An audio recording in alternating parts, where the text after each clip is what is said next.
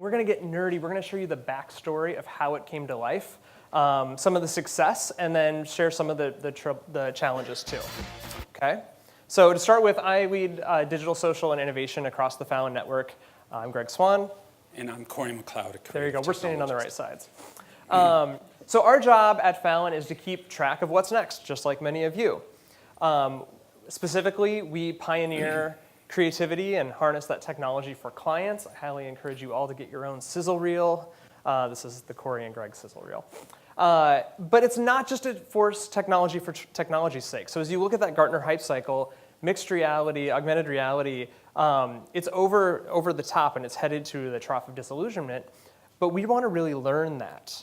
And we wanted to look for an opportunity to learn virtual reality. How do you learn that from scratch in a way that you could use it for clients? And so about 2.5 years ago, I brought this idea to our leadership team of doing a virtual reality rockumentary about this band called Perkons. Short cliff notes about the cliff notes version of the band's story is they were all classically trained musicians in the Soviet Union and were just tired of the music they were making. They wanted to do something else, something new, something fresh. And for them, the clearest expression of that newness was hard rock. So they started this hard rock band in 1981. This is the first photo of the band that was ever taken. It was taken at the College of Arts in Riga. And once they hit the scene, there really wasn't a lot of rock music in the Soviet Union at the time, especially not in Soviet Latvia. And they just took the country by storm. Their concerts were packed. When I've spoken to people who were at those concerts, they said, I felt free for the first time of my life. Imagine living 18 years and never having felt free before. And they were quickly banned. After a year, they were called into the Ministry of Culture, and the Minister of Culture said, I'm going to lock you up for damaging the hearing of Soviet citizens. They were banned, but they were like, we're not going to let something like an official government ban stop us. So they set up a do-it-yourself recording studio in the lead singer's mom's home. They cobbled together equipment, made homemade instruments, and somehow managed to build a do-it-yourself recording studio. So even though they were banned from the radio, from performing concerts, from even holding any jobs within the cultural music industry, they were able to make their first sort of mixtape of their music. They gave that tape to friends, friends gave it to more friends, and within a few months, everyone in the country had a tape of their music. So this band that was meant to actually silence them made them even louder. In 1985, they started performing again. They were never really unbanned, but they started performing. And then a riot broke out after one of their concerts. 13 people their fans were rounded up, 13 of them put on trial. One of them was sent away to a concentration camp for 3 years as a message to the band. You keep doing this, this is what will happen to you. The regime tried to force them into exile. They said, no, we're staying. And their music became a soundtrack to a revolution that Mikhail Gorbachev has said is where the fall of the Soviet Union started. So, and let's look at the trailer we made for our VR document. Wait, and maybe, sorry, I forgot to say, and why tell this story? And the first question the leadership team asked me is, why tell this in VR? And I was like, every documentary, every film I've seen about the Soviet Union doesn't capture the space of what the Soviet Union was. You know, like those of you who were able to go from East Germany to West Germany, East Berlin, West Berlin, it was something instant. That space was, especially for someone coming from Canada, it was so eerie and oppressive and dark. But at the same time, those 80s in Latvia were one of the most creative times I've experienced in my life. People were so inventive in this sort of punk rock, do-it-yourself kind of style. And that's what I said I want to capture in VR. So let's look at our trailer.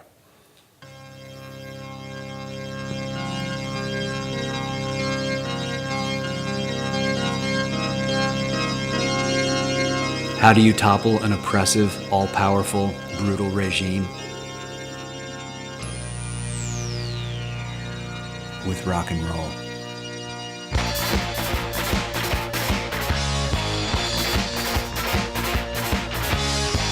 The Soviet Union did not just fall. It was pushed by a band from Latvia. The story of homemade guitars and synthesizers beating Soviet guns must be told. This is that story.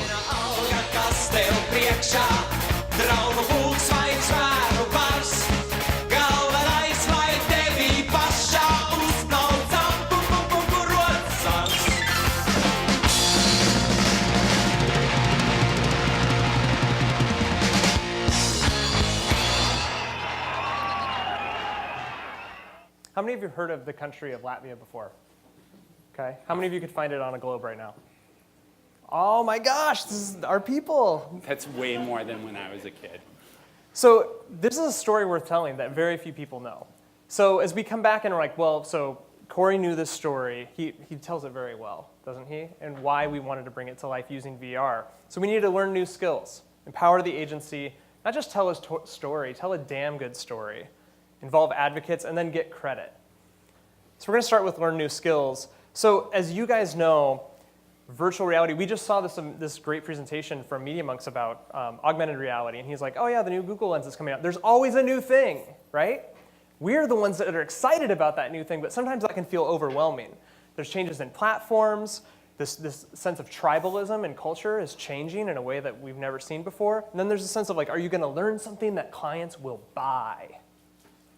And then on the other side is what's going on at your agency. We have to go to the finance guy a lot. And we say, we want to buy an HTC Vive. We need to fly to Paris. We need some resources. We need to get trained in things. We need to partner. Will this be used in new business? What will that look like? We got to have a good case study, right? And then what will clients buy, but what should they buy? Are we learning something that is not only just helpful to the bottom line, but is a skill that we want to learn? And we learned a lot, right, Cory? Mm-hmm. So, I mean, the premise of it was that I want to learn virtual reality because I think it's going to be a thing. And I probably, if I would have known everything I'd have to learn, I may have never have gotten started. But, you know, like I came in, like in my case, so I come from more of like a open frameworks, Flash, processing kind of background. And I did a course by this guy from Microsoft who teaches people like me who come from that same sort of creative coding background how to do creative coding in Unity for virtual reality. And so we had a premise from which we could start it out of the gates. And then along the way, built up my 3D modeling skills, PBR painting, and then spatial audio. And then we could, I was able to teach other people at the agency how to do that. You know, so, you know, a designer would want to learn how to do PBR painting, et cetera, or 3D modeling. We have more than 20 people at Fallon involved in this project. So it's not just copywriting, it's copywriting for virtual reality. It's not just audio mixing, it's spatial audio design based on where your head looks. It's not just PR, it's Latvian and French PR, right? So it was really fun to get to learn, and now we have this wealth of skills that we've learned. There's also this side of needing to empower the agency, and Cory really kicked that off on my first day at Fallon. There's this wall. Tell them about the wall, Cory. So we started off the project. I went to Latvia and I interviewed the band and just did audio interviews with them and volumetric sort of filmmaking interviews. And they just gave me about 500 pictures. And then we found 500 more pictures in the state archives. And that's basically all we had. So we kind of devised a story, and we just kind of laid out the photos that we got from the Latvian State Archives and from the band into a storyboard. So people at the agency could come by and say, well, I want to work on this project, but I only have 3 days. So this board, this sort of big storyboard wall, was a way to, that people could say, oh, I'll work on this scene for 3 days, and they would come up with design. Or someone would say, oh, I could edit some stuff for this scene for a few days, and then coming up with them. And it was a way, this wall was a way that people could just drop into the project for a few days and then drop out. So my team hosts a session every Thursday afternoon called Hold My Beer, where we share a new thing, or you can talk about a new thing. And January 2018 was the first time that Cory shared about this project. Yeah, and that's where we had this core group that always came together once a week, figured out, okay, where are we in the project? And what was nice about that is that we could always do immediate iterations, like mini sort of prototypes. So a designer would come up with something, we'd put it into the headset, and then we'd see right away, oh, this is working, that looks kind of weird, and then what we'd have to change. And that Thursday Hold My Beer was the first time I shared it with the broader agency. And then, so we started with about five or seven people on the project, and then it grew into like 20 people. And remember, we have full-time jobs. We have full-time client workloads. Like this is passion. So we needed a project. So that's a one-time-a-week meeting. What's going on? Where are we at? Outside help. We tapped students from the Minnesota College of Art and Design and others who knew some of the skills we didn't yet know. This giant wall, I think earlier was talked about having an artifact or a beacon, that place in the agency where you know things are happening, you can go back to and refer to. And then trial and error, because it's not like you exactly set out a plan for 2 years and what would happen. Yeah. So then tell a damn good story. So we were really inspired when we started making this, the original idea, when I spoke about space, we originally concepted it in a sort of photorealistic way, but then we looked at the material we had in that sort of the band's punk rock, do-it-yourself kind of nature, and we were inspired by that. And we thought, what would the virtual equivalent of do-it-yourself punk rock VR look like? So we coined this term for ourselves called DIY VR in 2.5D. And that kind of became our beacon that we wanted to move towards. We took brutalist architecture, not just from Soviet Latvia, but from all over the Soviet Union, and reconstructed brutalist architecture and put it in these same sort of oppressive environments, but then juxtaposed it with that sort of do-it-yourself feel, that punk rock collage feel. This is the band's original sheet music. The leader of the band, Yuris Kulakovs, he has really beautiful music notation style. And I remember looking at it and saying, we need to use this in some way. So we spent a few weeks trying to figure out. And what we ended up doing is using their original sheet music to build spaces and use that as textures for 3D objects, which, I don't know, I think just looks really beautiful because his handwriting is so beautiful. Like you can hear him thinking while he's writing that music. And then we found, so as I mentioned before, in 1985, they had a concert in the city of Ogre. It was about 5,000 people attended that concert. Wasn't anything particular. It was a great concert, nothing in particular about it. But most of the concert goers had gone to that concert by train from Riga. And on the way back from the concert, a riot just started on one of the trains, and they trashed the train. And when the train arrived at the station in Riga, the police were there. They rounded up 13 scapegoats and put them on a public show trial. And after that show, and the only person who wasn't a minor, who was over 18, was sentenced to 3 years in Siberia. And so that concert has like huge significance in the story of Perkons, because that was really a turning point. And we're going through these long-lost photos. They weren't even photos, they were negatives we found in the state archives. So no one really knew, they'd never been developed before.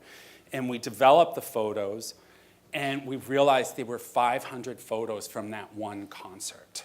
So with those 500 photos, we were able to create kind of like a 2.5D 360 of that concert. I know it sounds like a contradiction. So in a weird way, what people have told me that have experienced the VR piece, they said, I felt like I was at that concert, even though it was so abstract, and it feels so collage-y. It doesn't feel photorealistic, but that feeling of being pressed up against these people and knowing that that was the actual concert, which was super cool. And then it was like we thought we were almost done with the project, and then Trump got elected president.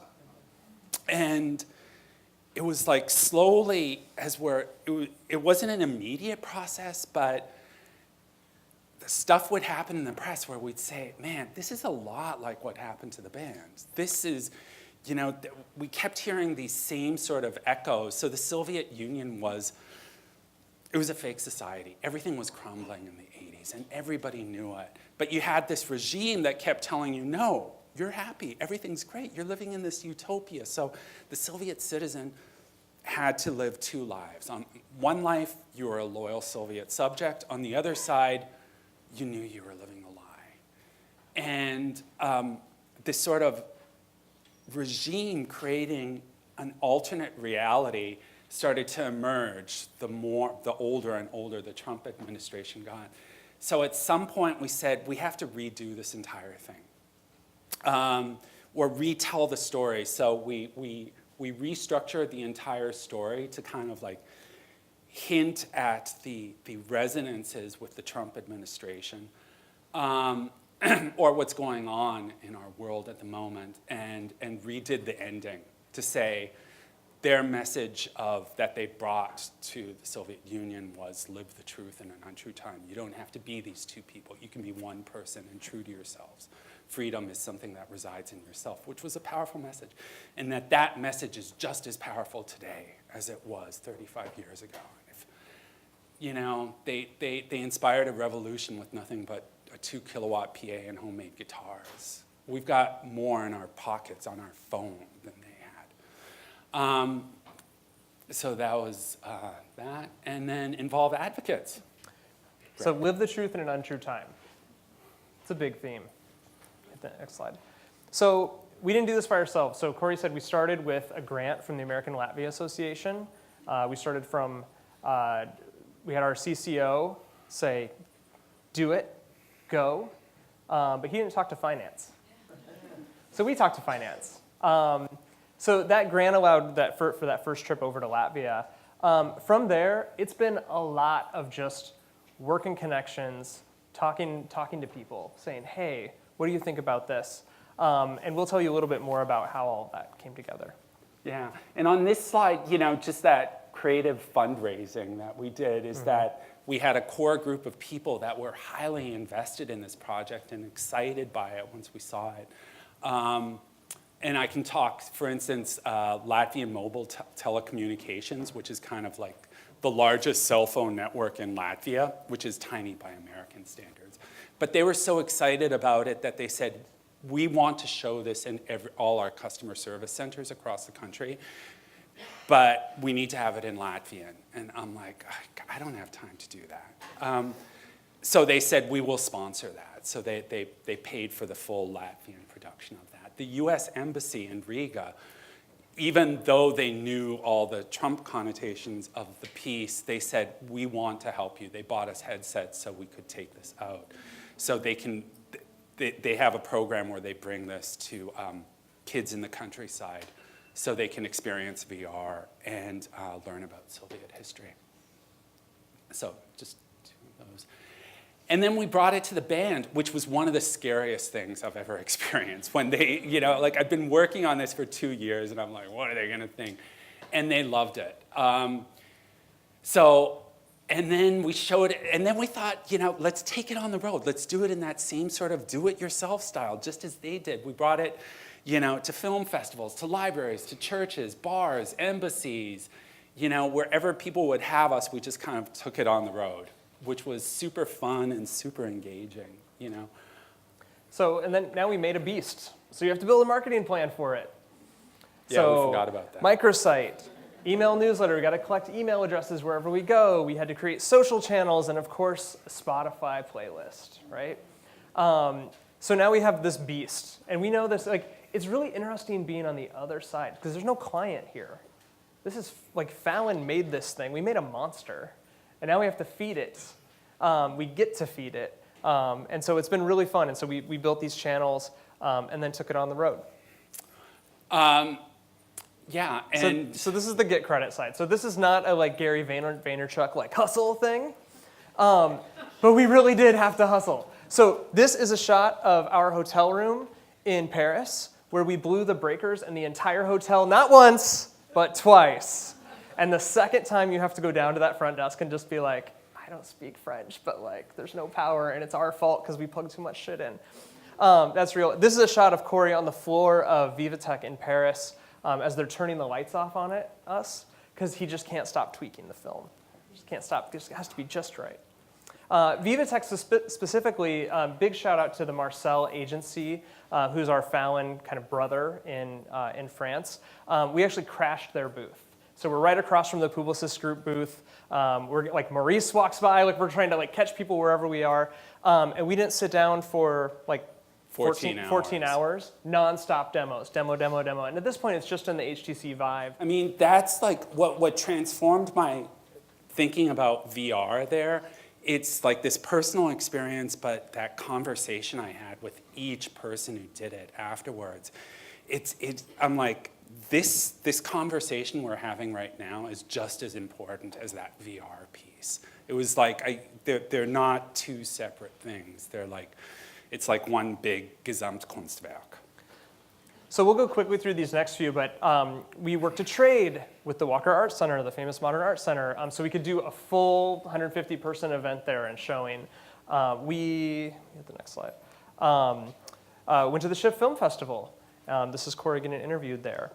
Kind of have done the like kind of circuit of where you go and you talk about a thing that you made, and talked about Fallon and why we did it. And do you want to talk about that? Oh yeah, this is, and then we showed it at Latvian embassies all over the place. This is the showing at the Latvian embassy in Brussels. And this was an event at the Riga airport where we showed it. We did an event in New York, and there was a simulcast in Riga, and at the Riga airport, they showed the piece at the Samsung lounge. So then that was the next thing that we had to, we have to put this in, see if this works in Gear VR. Then we did a showing at the Noah's Art Gallery in Riga where the band performed. So we showed people the VR. I think 3 times as many people showed up than we expected. And so like people were fighting for headsets. It was really awesome.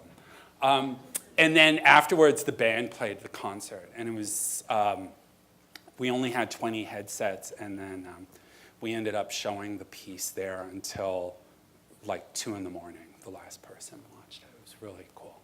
So, and a huge shout out to Chick Foxgrover and 4A's because I had reached out and was like, hey, we want to do a New York showing. We're specifically hearing from the ad trades here in town, like, when are you going to be in New York? Where's the showing?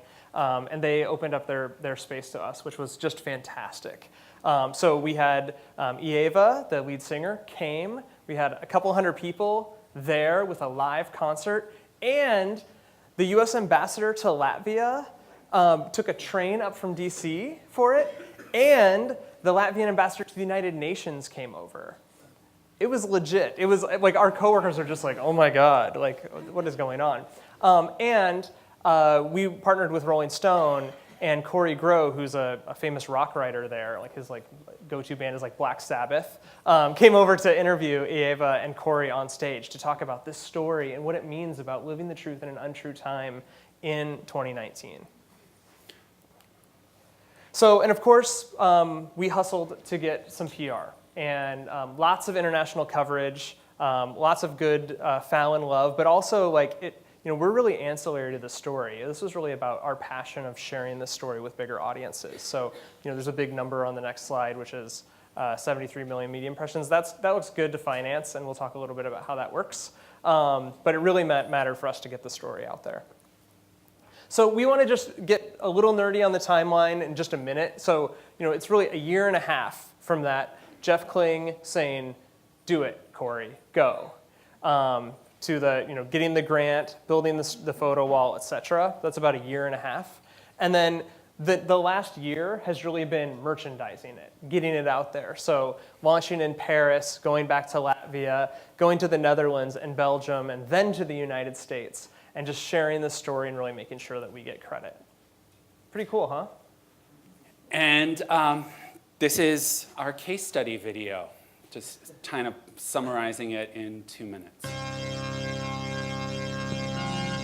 How can creativity ignite change in an untrue time? Alternative facts. 35 years ago, a rock band from Soviet Latvia called Perkons faced this problem.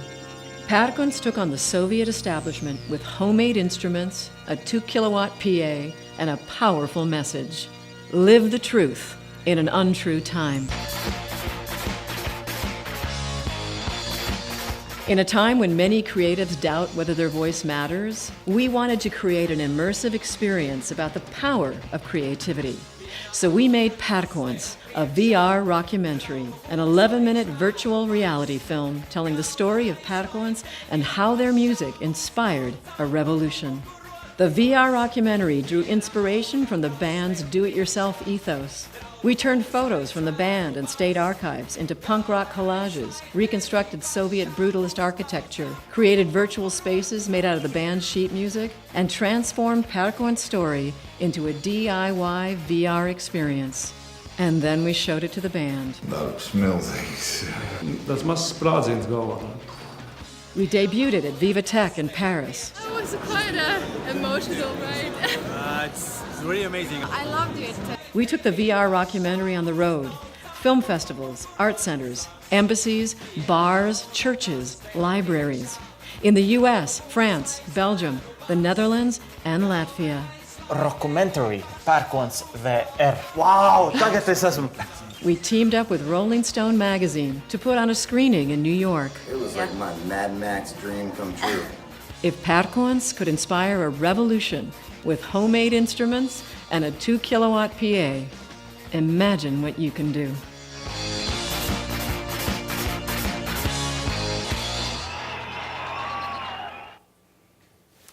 Yeah.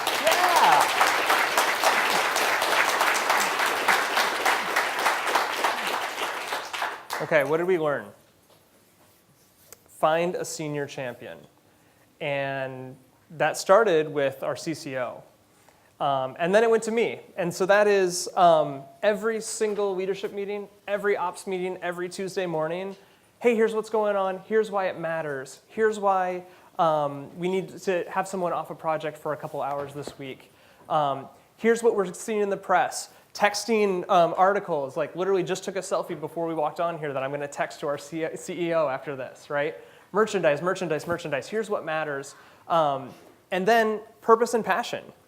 So nights, weekends, holidays, Cory got pneumonia, killing himself over this.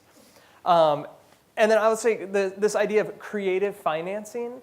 So being able to go back to our finance director and say, I know that we're asking for another $1,000, but also Cory went to a Latvian church this weekend, and here's how much he raised, right? So like matching grants really mattered a lot. Do you want to talk about the fan base? And, we had a built-in fan base for this project, people who already loved it and were able to, those 73 million impressions come from that built-in fan base we already had. To the point we did not publicize this talk because we have now learned that in New York, when we publicize we're showing this, Latvians show up.